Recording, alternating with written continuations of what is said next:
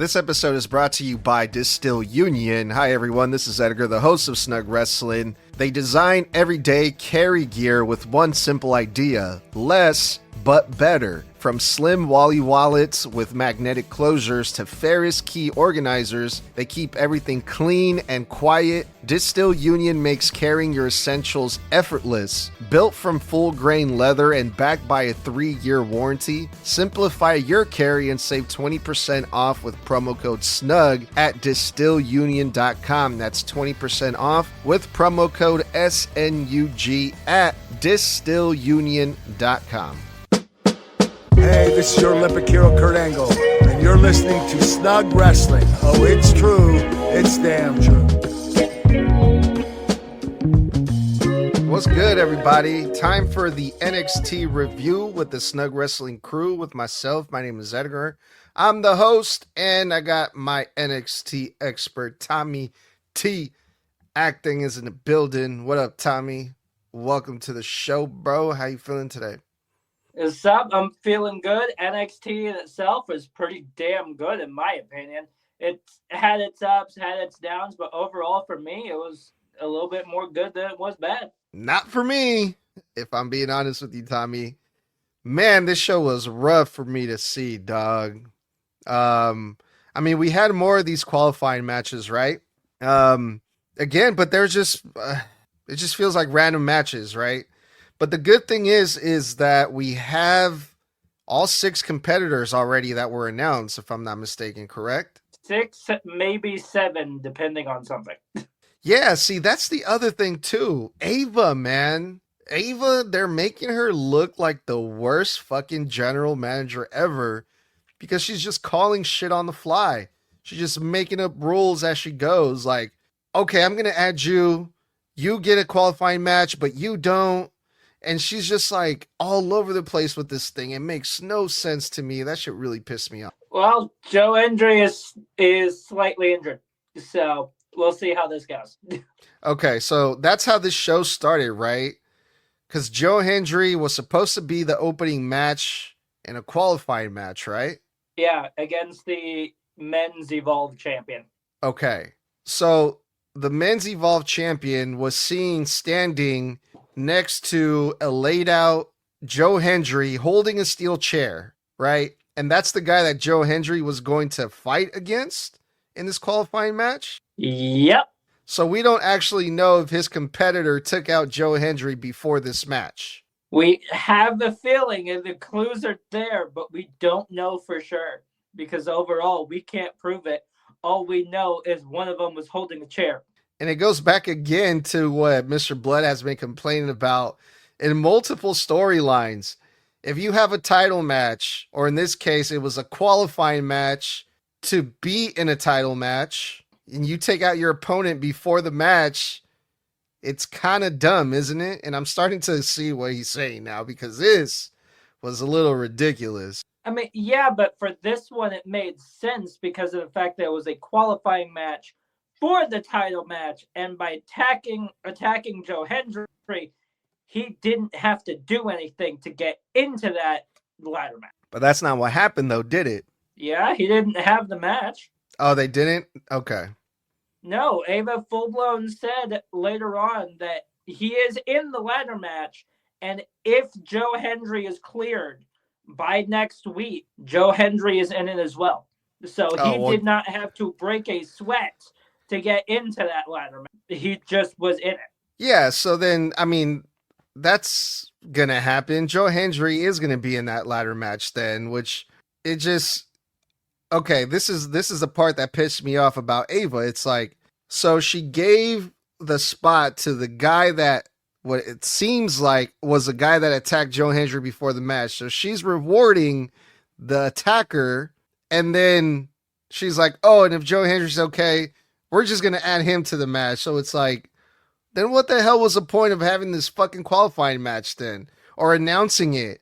Or having any of these matches in that case? Just pick 6 guys and boom, be done with it. This shit was dumb. At least we know that the rest of that faction is barred from ringside. I guess. All right, so And then, so after they do this thing, right, they show Ava on the headset controlling stuff backstage, like, oh, well, this match didn't happen like scheduled. So now we got to hurry up and get everything ready for the show. Like, okay, get the next match out there. Like, she's fucking coordinating everything backstage in this phony ass looking headset that she wears. And the first match is a tag team match between Out the Mud and Dark State. For the tag title. It was for the tag titles. Okay. Yeah, it was a good tag team match. I'm not gonna lie.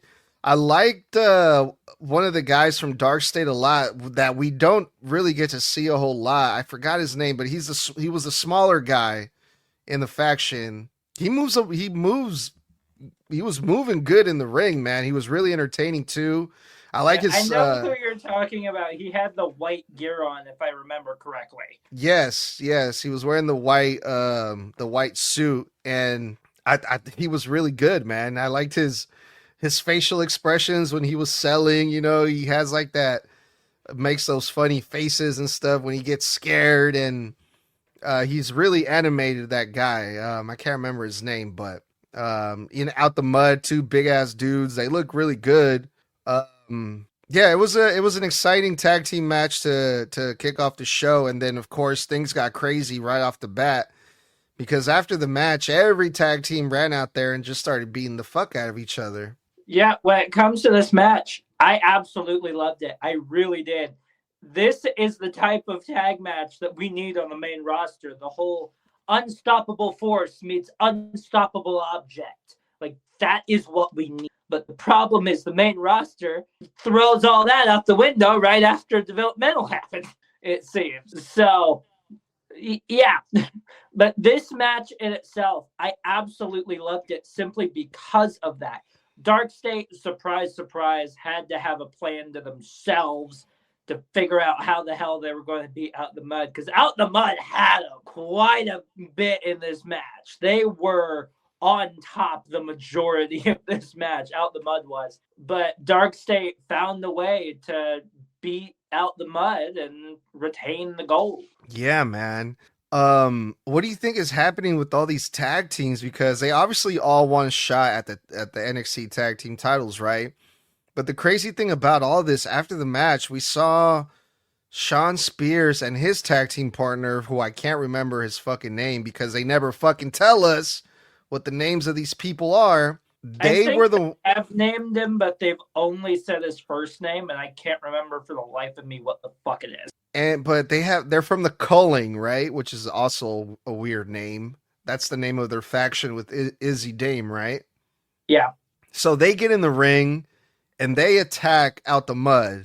And I thought that was interesting because last week when we talked about NXT, I was like, we never see Shawn Spears do anything. We never see Shawn Spears get physical or get involved, and he's really good. He's like one of the veterans on NXT, and we finally see him get his hands a little dirty on this episode of NXT, and I popped for that because I'm like, yes, finally.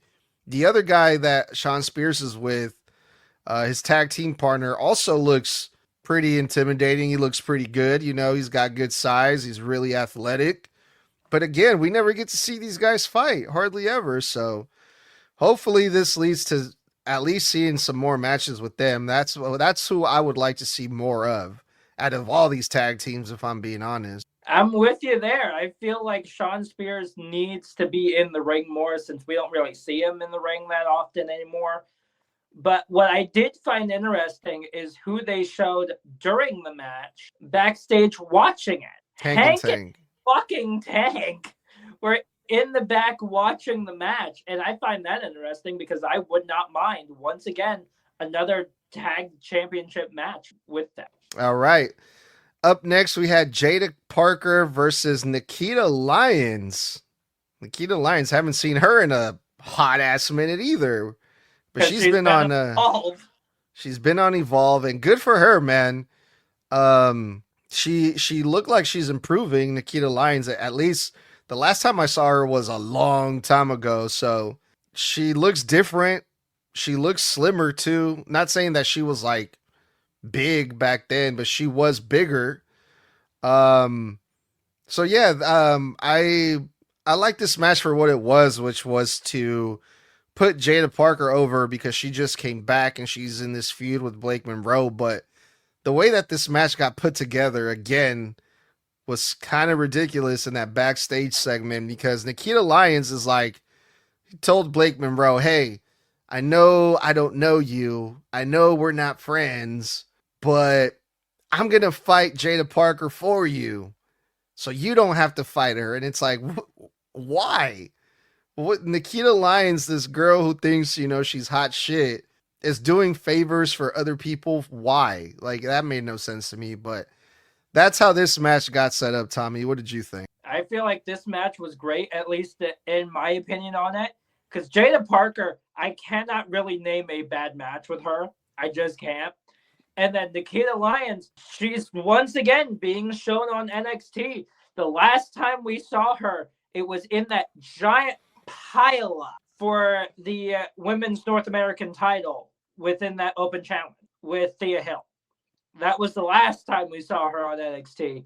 So I am so happy that she is being shown in ring. And what happens after, I find very interesting because once again, Blake Monroe comes on the screen and goes, hey, yeah, you had your fun. That was a pretty decent match, but it wasn't good enough because it didn't have the glamour connected to it. I came at you and I absolutely tried to teach you a lesson on why not to take the spotlight off of it. So when's that match going to happen? When is their first match going to happen? Please make it soon.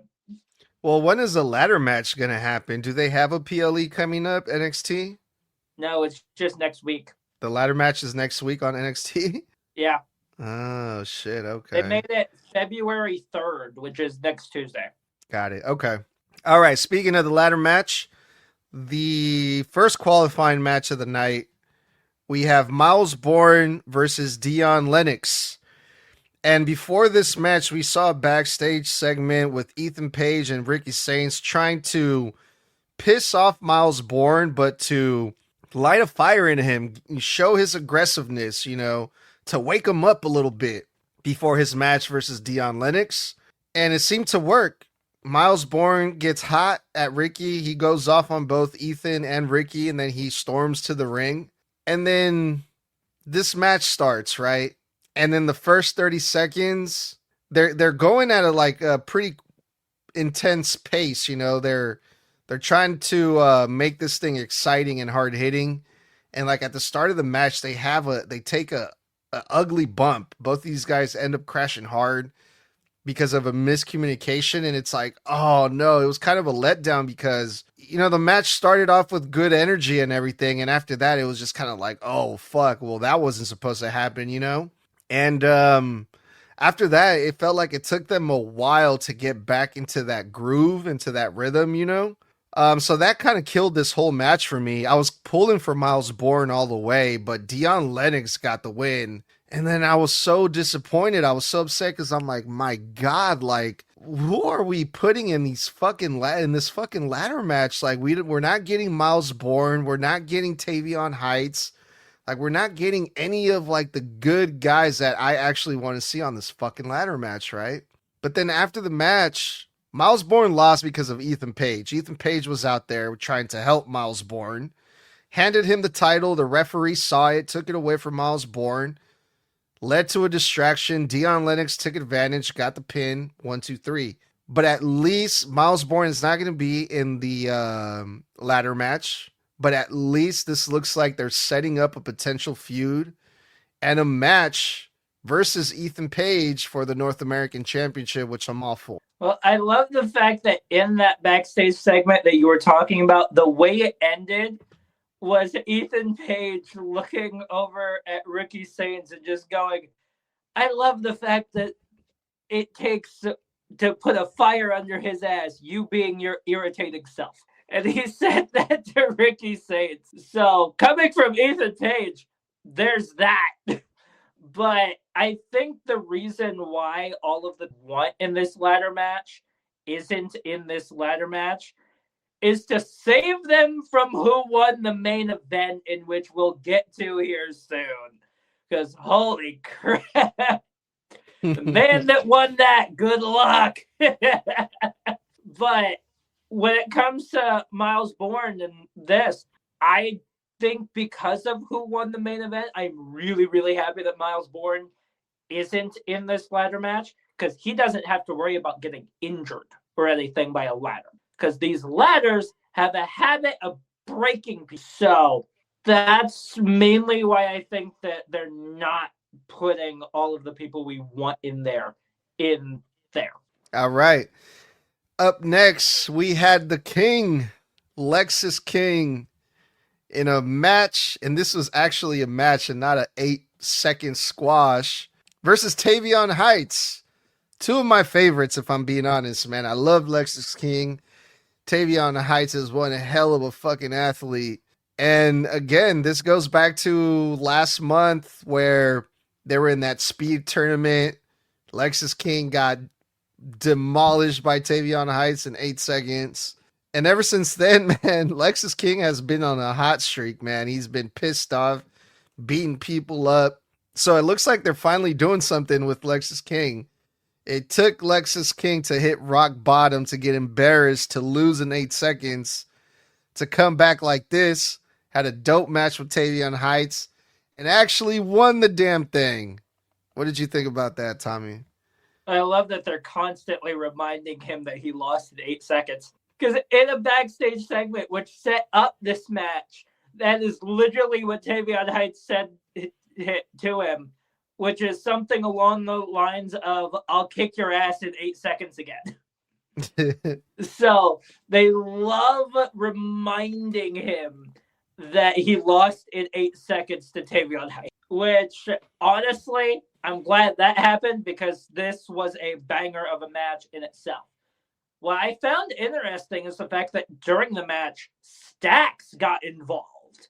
Not physically involved, but he was still there, standing there as a distraction, mainly because of the fact that, as they said on commentary, there's been this thing going on in TNA where Lexus King has been helping Stax out with that international title. So I'm finding that very interesting, the fact that he is now helping out Lexus King in matches on NXT. Yeah, I think part of that has to do with the fact that we've been seeing these encounters with Lexus King being a second generational superstar himself, being the son of Brian Pillman. He's having encounters with other second generation current NXT stars, like I believe one of them was the son of Finley, which I don't know his name, but also the son of William Regal. I think his name is like Dempsey or something like that. Yeah, and I then believe so. Yeah, and then I know exactly who you're talking about. That is his last name. I just cannot remember for the life of me what his first name. Yeah. And then also Ariana Grace, who's the daughter of Santino. So I think Lexus King is like trying to form like this second generational superstar faction, which has that ever been done before? Like every single member is a second generational superstar. I don't think so. I mean, the only thing that I could think of really is the Authority, maybe, but they're not all of them were second generation. The Authority was who again? I know it's like Ric Flair, Triple H, Batista. No, which that was Randy in there as well. Since that's why I said all of them were. No, that was Evolution, and no. Yeah, that's what it was. But still, not all of them were second generation. So I don't think there's been a faction that's like been fully second generation. Yeah, and I understand Dempsey, the other guy, Charlie Dempsey. Charlie Dempsey.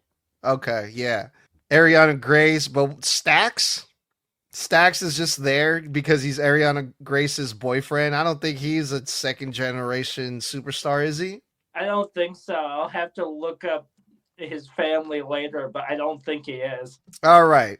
Then up next, we got your girl Zarya, who she's going through it with Sol Ruka still. When are they gonna break up? Let's just get that over with because holy shit. They were supposed to have a tag team match or something. I don't fucking know No, because that tag match is happening next week. it was supposed to happen this week though, right? But it didn't because Sol Ruka wasn't there for whatever reason. No, I think that was just a number one contendership last week is what it was.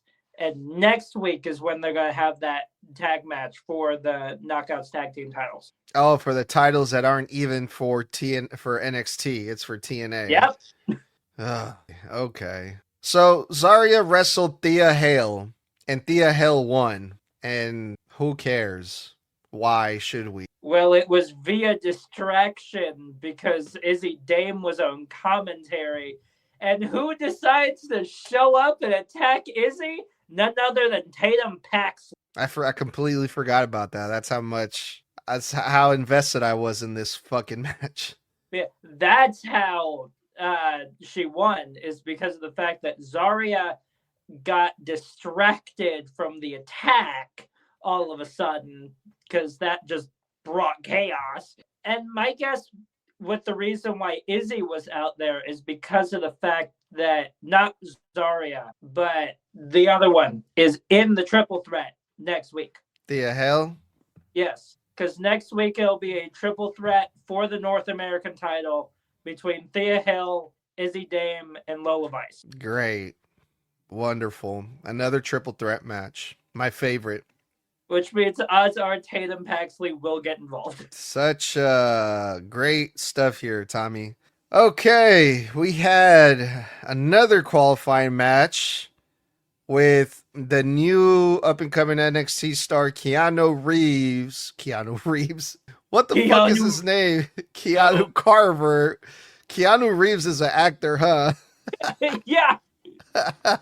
I swear, you and randomly comparing wrestlers to fucking celebrities. First, it was Ariana Grace with Ariana Grande. Oh, yeah. And now it's Keanu. Keanu Reeves. Keanu Carver is an absolute beast. God damn, this guy's impressive. But they put him up against the PE teacher from Chase U. So it's like, really? Okay. But I thought this was going to be a more convincing win, I don't know, man. I mean, this guy, I don't know too much about this guy. What's his name? The guy from Chase U that Keanu wrestled? Andre Chase. Okay. Andre Chase looks like a PE teacher. He's literally dressed like one. He just looks so goofy and nerdy. But he had a 50-50 match versus this beast new guy, Keanu Carver, and it's just like, okay, whatever. So I didn't really like this match. Keanu Carver got a few impressive looking spots, but he took a lot of damage in this match, man. I wasn't really a fan of how this thing turned out, but Keanu Carver won. He qualified for the ladder match. That's good, but nah, man, this was not it for me. Yeah, he qualified for the ladder match and then decided, hey, I'm not done yet, and fucked up Andre Chase's jaw on the steel steps.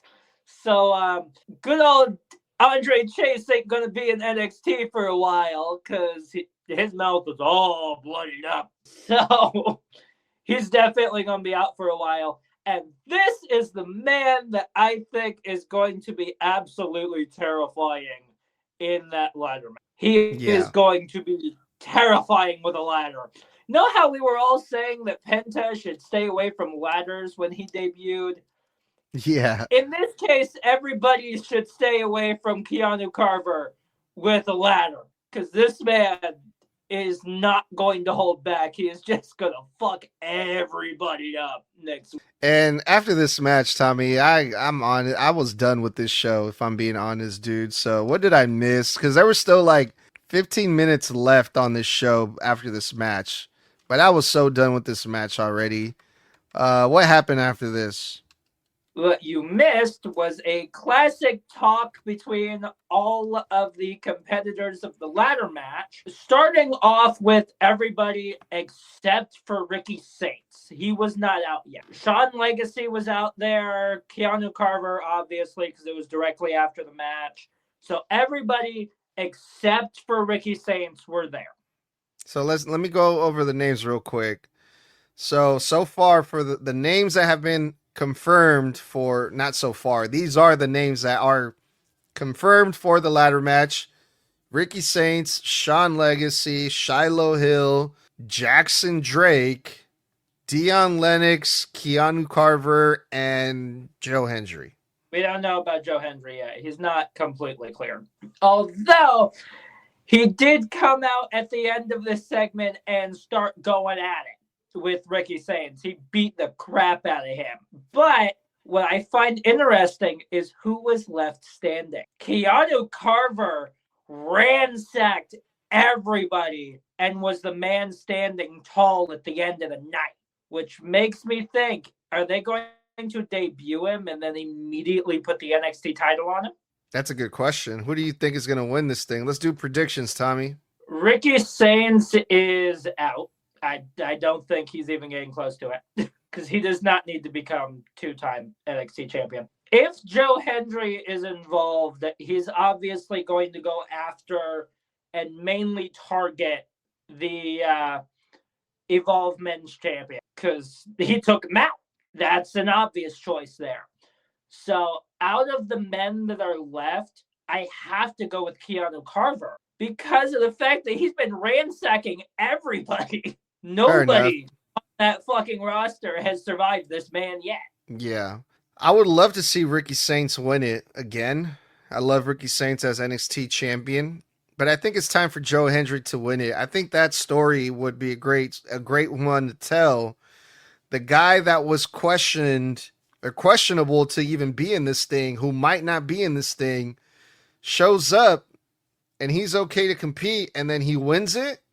I think that would be a nice little pop. And also, I think Joe Hendry deserves it, man. He's been there for quite some time. So I say give Joe Hendry a run at it now, especially since Ricky Saints has already held it not that long ago. He has been going after it ever since he was on NXT, ever since he was on TNA.